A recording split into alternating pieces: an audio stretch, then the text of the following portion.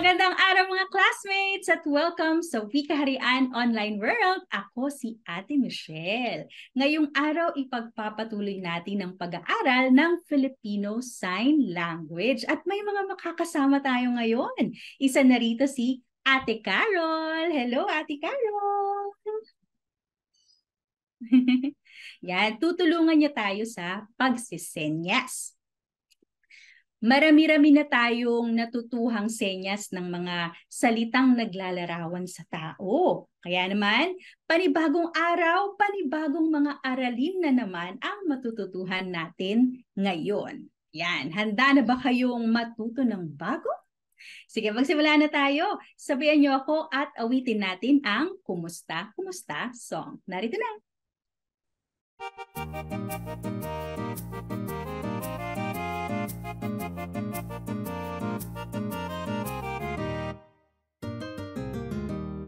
Kumusta, kumusta, kumusta? Kumusta kayong lahat? Ako'y tuwang-tuwa, masaya't nagagalak. Tralalalalalalala, tralalalalalalala, tralalalalalalala, tralalalala. Kumusta, kumusta, kumusta? Kumusta kayong lahat? Ako'y tuwang-tuwa, masaya't nagagalak. Tralalalalalalala, tralalalalalalala, tralalalalalalala, tralalalala. Ipagpapatuloy natin ang pagtalakay sa iba't ibang senyas sa Filipino Sign Language at makakasama natin si Kuya Dennis para turuan tayo. Para sa araw na ito, ituturo niya ang mga senyas ng mga hayop na dito lang sa ating bansa makikita. Tandaan niyo ang mga ito ha, dahil mamaya magtatanong kami tungkol dito. Ang unang hayop ay pawikan o sea turtle. Mayroong 7 klase ng pawikan sa buong mundo at 5 nito ay dito sa ating bansa makikita. Kuya Dennis, paano po ilarawan ang pawikan?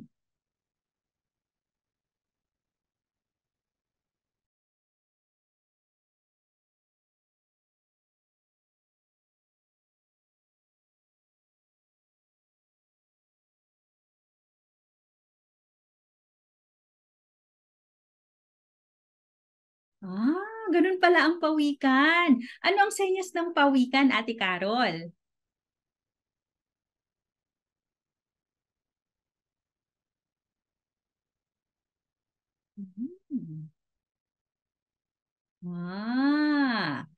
Ang kasunod naman ay buwaya o crocodile. Dito lang sa Pilipinas makikita ang Philippine crocodile. Yan, Kuya Dennis, paano naman po ilarawan ang buwaya?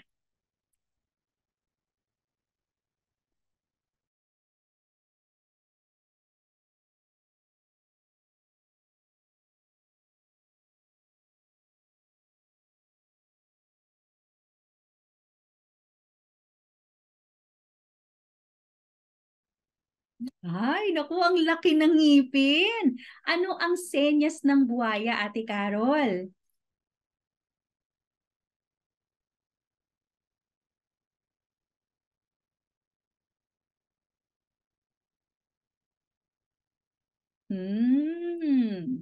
Ang pangatlo naman ay ang mamag o tarsier. Ito ay napakaliit at aktibo lamang sa gabi. Kuya Dennis, paano po ilarawan ang mamag?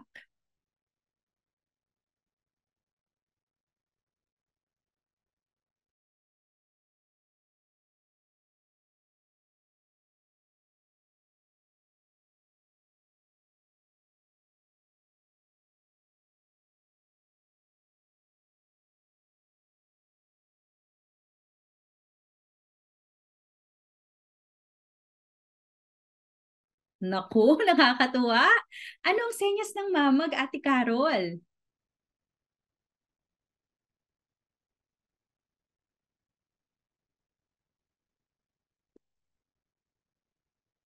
Oh, yan. Ang pinakahuling hayop naman ay lumilipad. Ito ang pambansang ibon ng Pilipinas.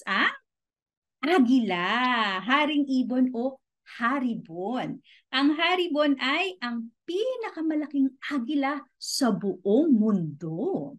Kuya Dennis, ano po ang itsura ng haribon?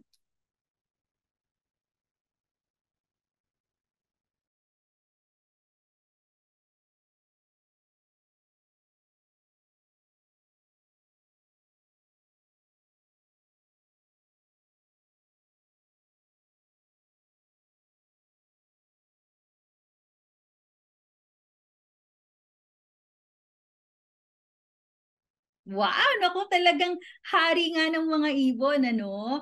Anong senyas ng haribon, Ate Carol?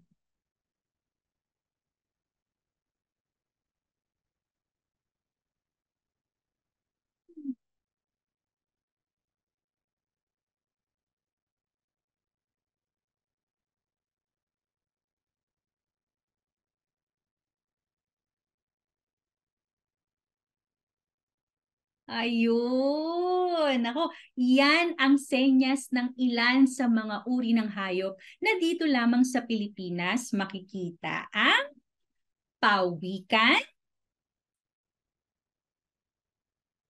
buwaya, mamag, at haribon.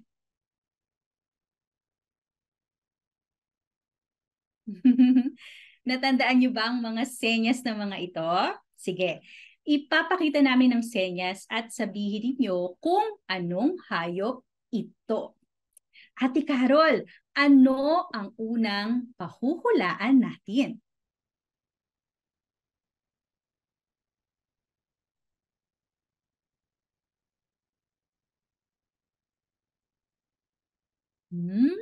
Ano kaya ito? Ang sagot niyo ba ay mamag o tarsier? Kung ito ang sagot niyo, tama kayo! Magaling! Ate Carol, ano ang kasunod na hayop na pahuhulaan natin?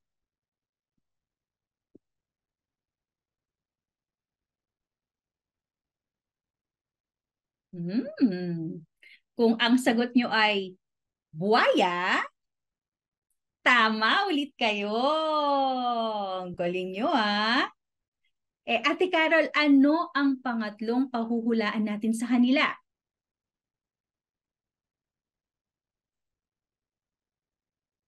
Ayan, ang tamang sagot ay Haribon. Nako, nakuha niyo ba ang tamang sagot? Sige, Ate Carol, ano ang panghuling hayop?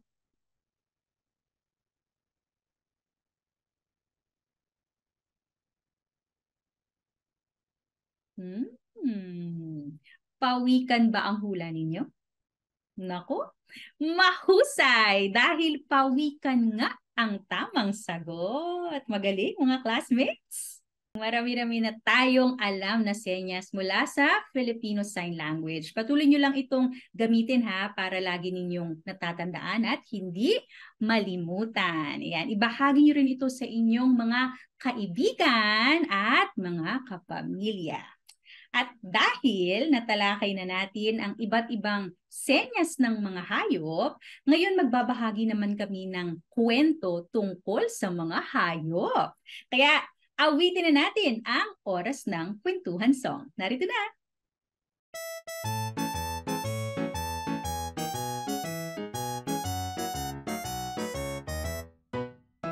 Oras na ng kwentuhan. Oras na ng kwentuhan. Oras na, buksan ang mata't tenga. Oras na ng kwentuhan. Oras na ng kwentuhan. Oras na ng kwentuhan. Oras na, buksan ang mata't tenga. Oras na ng kwentuhan. May paborito ba kayong hayop? Anong hayop iyon? At paano nyo ito inaalagaan? Alamin natin kung ano ang hayop sa kwento at kung paano ba ito inaalagaan. Ang pamagat ng ating kwento para sa araw na ito ay Si Haribon at ang Bagyo. Ito ay isisenya sa atin ni Kuya Dennis.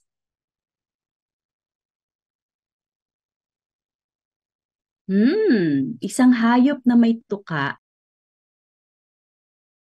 at may pakpak. Ito na sigurong agila o haribon sa ating kwento. Patak ng ulan. Parang may malakas na ulan. Nakahanap ng masisilungan ng haribon. Nakakita siya ng puno. Naku, lumalakas ang ulan. Buti na lang may nakita siyang punong masisilungan.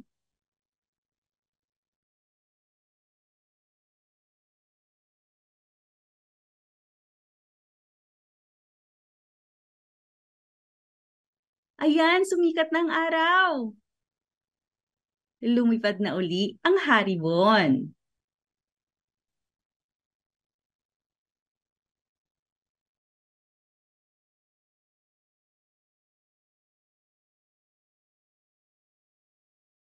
At dyan nagtatapos ang kwentong Si Haribon at ang Bagyo. Ngayon naman, kakausapin natin si Kuya Romel dahil may ilang tanong tayo tungkol sa kwento.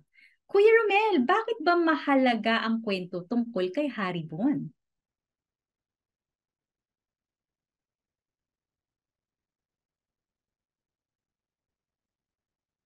Malungkot na kumukonti na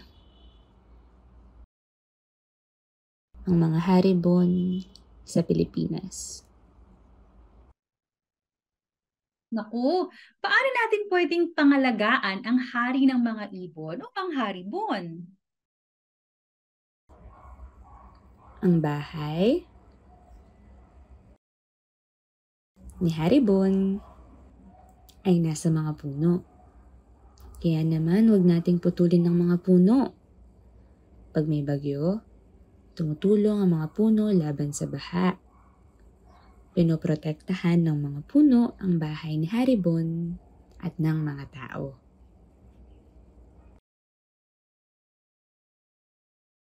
Salamat po, Kuya Romel. Kaya tandaan nyo ha na ang mga puno ay ang bahay ng mga hayop, pati ng hari ng ibon o ng haribon. Kaya alagaan natin ang ating mga puno at gubat. Okay? Nasagot na ni Kuya Romel ang mga tanong ko. Ngayon naman, kayo ang tatanungin ko tungkol sa kwento. Aling hayop ang nabanggit sa kwento?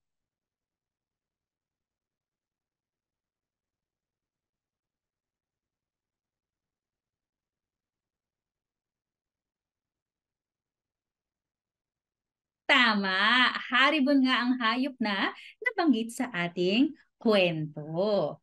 Ano ang nangyari kay haribon sa ating kwento?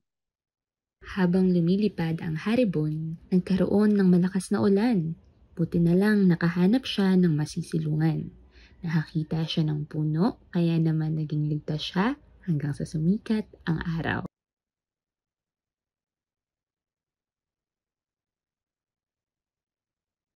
Pareho ba kayo ng sagot ni Ate Carol? Kung oo, magaling! Ayan, mahusay. Nasagot niyo ang mga tanong tungkol sa kwento. Kaya naman, gagawa tayo ng Ibon Art Activity ngayong araw. Ayan, parang ganito. Ayun, nakikita niyo ba yung ibon? At nakikita niyo ba yung kanyang pakpak na gawa sa mga binakat na kamay? Ayan, yan ang gagawin natin ngayong araw. Bago tayo magsimula, ipapakita ko muna kung ano yung mga gamit na kailangan natin. Una, kailangan natin ng mga makukulay na papel. Ayan, colored paper. Katulad nito. Yan, meron akong 3 makukulay na papel, pero kung gusto nyo dagdagan, gusto nyo gawing 4, pwede rin. Kailangan din natin ng kapiraso ng puting papel, kapiraso ng kahel na papel, at kapiraso ng dilaw na papel na nakahulma ng parang number 8, no? Or bilang 8. Okay? Maliban dyan, kailangan din natin ng gunting, kailangan natin ng pandikit, at kailangan din natin ng panulat. Ayan, pwede kayong gumamit ng sign pen, pwede rin kayong gumamit ng lapis, pwedeng marker, pwedeng crayon, yan, kahit na anong panulat. Sige, simulan na natin. Kukunin muna natin yung ating makulay na papel at ihuhulma natin yung ating kamay. Yan. Gamit ang lapis, ihulma natin ang ating kamay.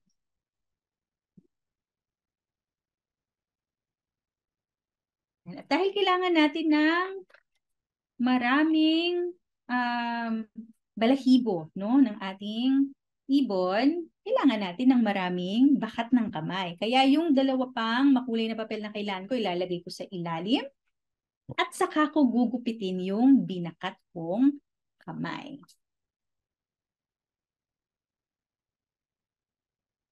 Mag-ingat kayo sa paggamit ng gunting ha. Pwede kayong magpaturo sa inyo or magpatulong sa inyong mga kapamilya.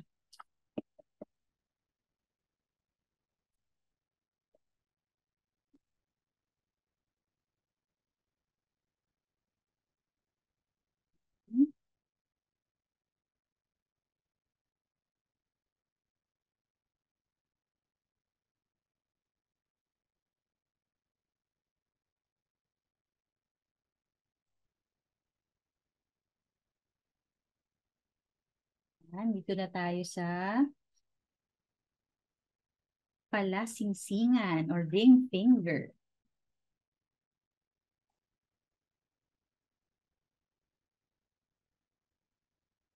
At ito na yung hinliliit o ang ating pinky.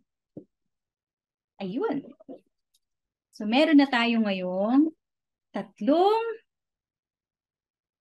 kamay. Okay, bakat ng kamay. Ngayon, kukunin natin yung parang number 8, no, na kulay dilaw na papel. At ididikit lang natin itong mga kamay na ating ginupit. Okay? Parang paganyan. Okay? Para magmukha siyang pakpak ng ibon. Patay ng pandikit. Idikit natin sila isa-isa.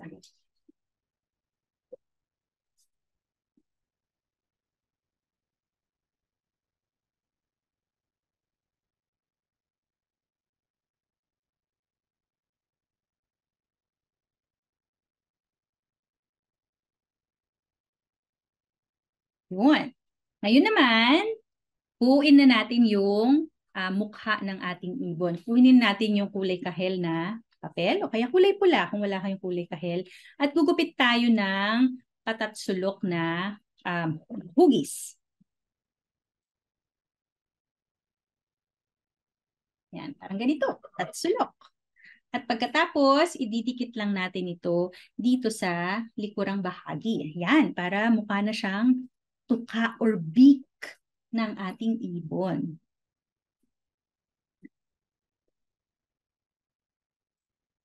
Yan. Ngayon, kukuha pa tayo ng kapiraso ng puting papel at gugupit naman tayo ng bilog.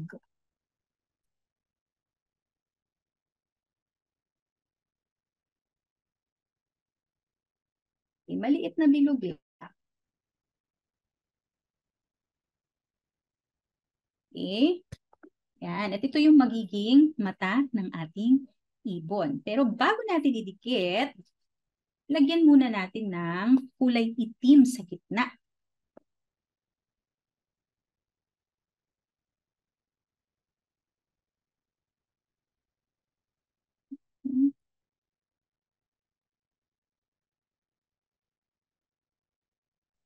Pag nalagyan na natin ng kulay itim sa gitna, hindi natin idikit.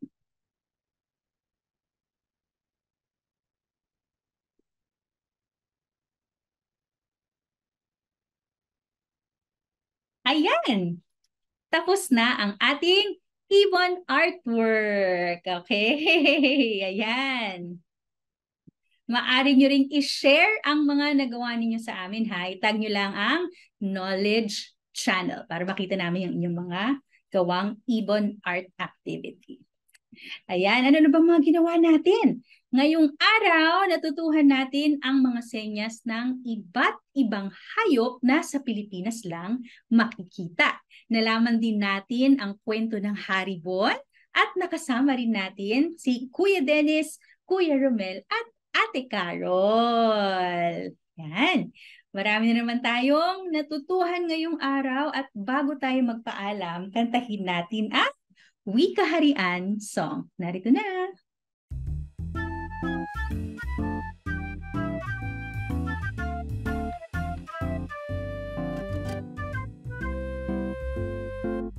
Nagsimula ang lahat sa mga titik, kapag nadikitan ay nagiging pantig. Pantig na nagsama, nagiging salita, mga salita na bumubuo ng isang diwa. Umasa, sumulat, bumuo ng salita, pangungusap, talata, bahagi ng wika, pag-aralin silang lahat, bawat isa, at ikaw ay matututo sa pagbasa.